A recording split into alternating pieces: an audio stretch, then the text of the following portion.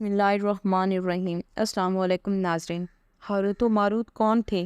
بابل کا کنواں کہاں ہے اور ہاروت و ماروت کا جادو کس طرح کا تھا؟ یہ وہ پر اسرار سوالات ہیں جن کے جواب تو بہت ہیں۔ لکھنے والوں نے بھی بہت کچھ لکھا ہے، لیکن ان قصے اور کہانیوں میں حقیقت کو تلاش کرنا گہرے سمندر سے موتیاں نکالنے کے برابر ہے۔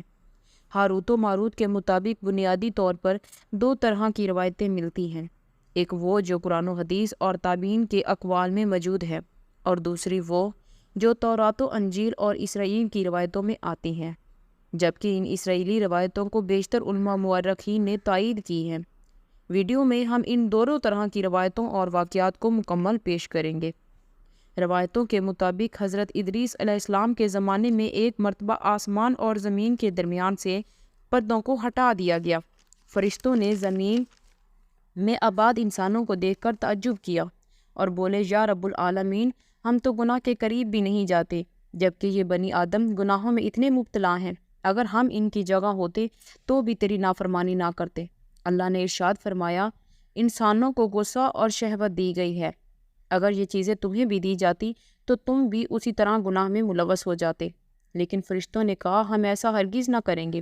لہٰذا اللہ کے حکم سے فرشتوں نے اپنی جماعت میں سے دو بہترین اور اطاعت گزار فرشتوں کو چن لیا، جن کا نام ہاروت اور ماروت تھا۔ اللہ نے ان دو فرشتوں میں انسانی فطرت اور شہوت ڈال کر دنیا میں بھیجا۔ وہ شہر بابل میں دو خوبصورت انسان بن کر آئے اور قاضی کے کام میں مقرر ہو گئے، جہاں وہ لوگوں کے درمیان فیصلے کیا کرتے تھے۔ ایک دن ان کے پاس ایک عورت اپنا مقدمہ لے کر آئی اور کہا کہ اس کا شوہر اسے بہت پریشان کرتا ہے۔ ہاروت و ماروت نے جب اس عورت کو دیکھا تو وہ اس کی خوبصورتی اور حسن پہ مرعوب ہو گئے اور اس پر عاشق ہو گئے۔ انہوں نے اس عورت سے زنا کی خواہش کی۔ اس عورت نے ان سے کہا، تمہاری یہ خواہش تب ہی میں پوری کروں گی جب تم بت کی پوجا کرو، شراب پیو یا پھر میرے خاوند کو قتل کر دو۔ ہاروت و ماروت نے شراب کو چھوٹا گناہ سمجھ کر پی لیا اور نشے کی مستی میں دو اور کبیرہ گناہ کر بیٹھے۔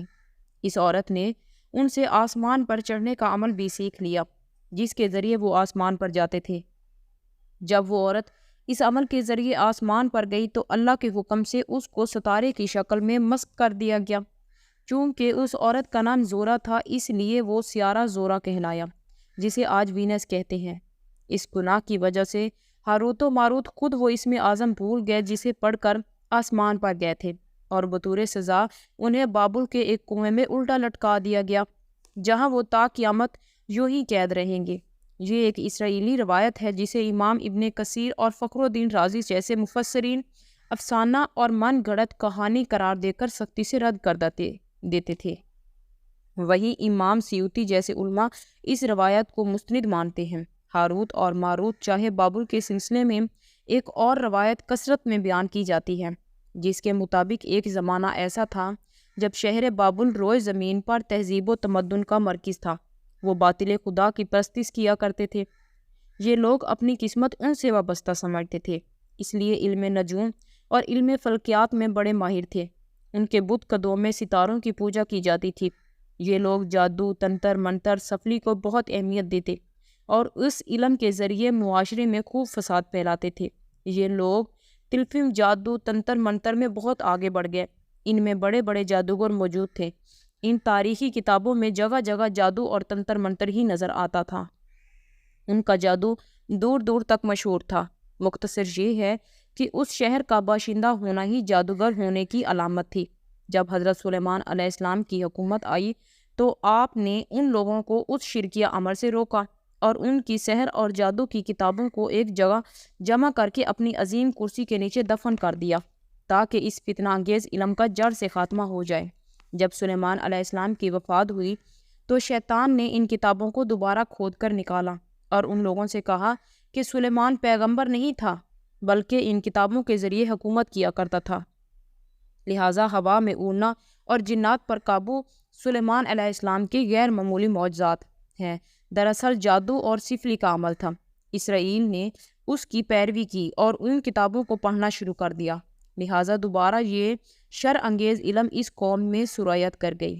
اللہ سلیمان علیہ السلام پر لگائے گئے الزام اور تہمت کی نفی کرتے ہوئے سورہ بقرہ میں فرمایا، اور انہوں نے اس چیز کی پیروی کی جو شیطان سلیمان علیہ السلام کی بادشاہت کے وقت پڑھتے تھے، اور سلیمان علیہ السلام نے کفر نہیں کیا تھا، لیکن شیطانوں نے ہی کفر کیا، لوگوں کو جادو سکھائے تھے، اور اس چیز کی بھی جو شہر بابل میں ہاروت و ماروت 2 فرشتوں پر اتارا گیا تھا، اور وہ کسی کو نہ سکھاتے جب تک یہ نہ کہہ دیتے کہ تو صرف آزمائش کے لیے ہے، تو کافر نہ بن۔ لہٰذا جب بھی سحر کا علم بابل میں عام ہو گیا اور لوگوں کی تکلیف اور پریشانی کا باعث بن گیا، تو اللہ تعالیٰ نے 2 فرشتوں کو انسانی صورت میں معمور کیا، وہ جادو کے عوامل افس سے باطل کرنے کا طریقہ لوگوں کو سکھائیں، تاکہ وہ جادوگروں کے فساد اور شر سے محفوظ رہ سکیں۔ لیکن یہ تعلیمات غلط مقصد کے لیے بھی استعمال ہو سکتی تھی، حالانکہ وہ فرشتے لوگوں کو تنبیہ بھی کرتے تھے۔ ان کے لیے صراحتاً کہتے تھے کہ یہ تمہارے لیے ایک طرح کی آزمائش ہے، لیکن پھر بھی وہ لوگ ایسے کاموں میں پڑ گئے جو انسانوں کے لیے زرد اور نقصان کا باعث تھا۔ بعض عربی داستانوں میں اس کنویں کا ذکر بھی ملتا ہے، جہاں کئی لوگ پہنچے اور ہاروت و ماروت سے ملاقات کر کے جادو کا علم بھی سیکھا، جبکہ بعض مفرقین کا کہنا ہے کہ عراق کے شہر حلہ کے قریب ایک کھنڈر میں موجود قدیم کنواں ہے جہاں سے بابل کی سرحد شروع ہوتی ہے، یہ اس کو ہی چاہ بابل قرار دیتے ہیں۔ بہرحال اس واقعے سے یہ سبق ملتا ہے کہ سفلی اور جادو ایک شرکی عمل ہے، مگر یہ کہ اس کا استعمال فساد اور شرارتی کے خاتمے کے لیے کیا جائے۔